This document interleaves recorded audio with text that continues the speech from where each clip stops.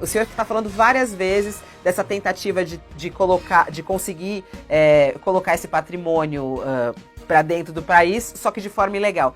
O que faltou aí era dizer que era para a União e não pessoal. Essa é a diferença, né? Porque, por exemplo, se fosse para Michele ou Bolsonaro, ou para mim, ou para Carla, ou para qualquer outra pessoa, teria que pagar os impostos. Se fosse para o governo, ela iria sem o pagamento de impostos. É sobre isso que estamos falando, ou não? Não, eu gostaria de aproveitar e esclarecer esse ponto, que houve uma certa confusão na imprensa em relação à questão de pagamento de impostos. Quando a gente está tratando de incorporação de bem público, que você recebe em razão da sua função pública, você é um representante do Estado. Então não existe a possibilidade de você pagar tributo para incorporar como seu um bem que você recebeu como representante do Estado. Então, assim, não existe a possibilidade de você ir a algum evento. Vamos pegar o exemplo eu vou a algum exemplo representando a Receita Federal e ganho um bem, independente do valor desse bem. Eu não posso falar, eu gostei desse bem, eu vou pagar aqui o tributo devido e vou ficar com ele para mim. Eu não tenho essa possibilidade, eu estou representando o Estado. Eu só recebi aquele bem porque eu estou representando o Estado brasileiro. Aquele bem é do Estado brasileiro, não é meu. Então, a única possibilidade a ser conversada é você incorporar aquele bem para o Estado brasileiro, que foi o motivo dele ter sido dado, teoricamente, mas sem dúvida foi o motivo de você ter recebido. Então, essa conversa de você pagar para ficar com o bem, você ter essa escolha discricionária, vou levar para o Estado ou vou ficar comigo, você não tem esse direito. Você é um representante do Estado, você é vinculado. Ô Mário, agora assim, existiam informações também de que os passageiros eles já são, de certa forma, monitorados até no embarque e ali nessa seleção no aeroporto. Eu queria saber se nesse caso já havia a desconfiança desde que eles embarcaram, para que eles, quando passaram ali no nada a declarar, eles fossem abordados.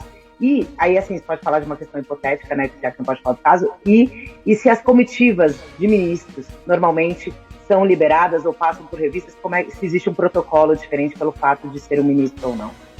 De fato, eu não posso falar sobre o caso concreto e deixar claro sobre nenhum caso concreto. Então, assim, você não vai ver entrevista da Receita falando sobre nenhum caso concreto de fiscalização, mas posso falar sem dúvida nenhuma sobre a regra de fiscalização.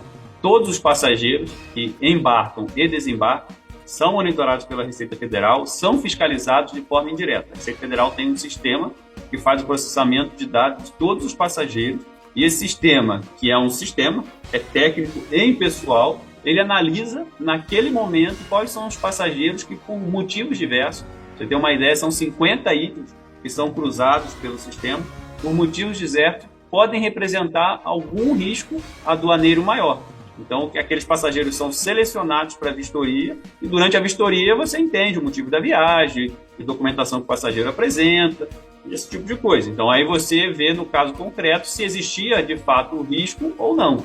Mas todos os passageiros são monitorados e não existe previsão legal de tratamento diferenciado ou isenção tributária ou algo que seja para qualquer autoridade, pessoa pública. O que existe é um cuidado em relação à segurança. E aí a gente está falando de quem é público, inclusive de artistas, porque é movimento. Então, assim, a gente está pensando na segurança do passageiro, que tem alguma exposição pública, e do local, dos outros passageiros, do ambiente. Então, existe, às vezes, uma questão de segurança, um pavilhão de autoridade que é determinado na legislação, mas o pavilhão de autoridade, ele tem raio-x, ele tem fiscalização, é solicitado o atendimento antes, então tanto a Receita quanto a Polícia Federal analisam se é possível legalmente e viável, então assim, não existe nenhuma isenção tributária ou de fiscalização para quem quer que seja.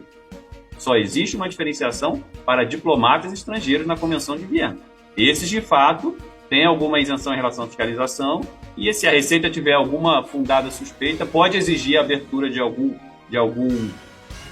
mala, algo no sentido, se eles se recusarem, essa mala não entra no país e é devolvida. Mas se a gente está falando de nacional, independente do cargo, não existe nenhuma. E isso é assim no mundo inteiro. Uai, seu app de vídeos curtos.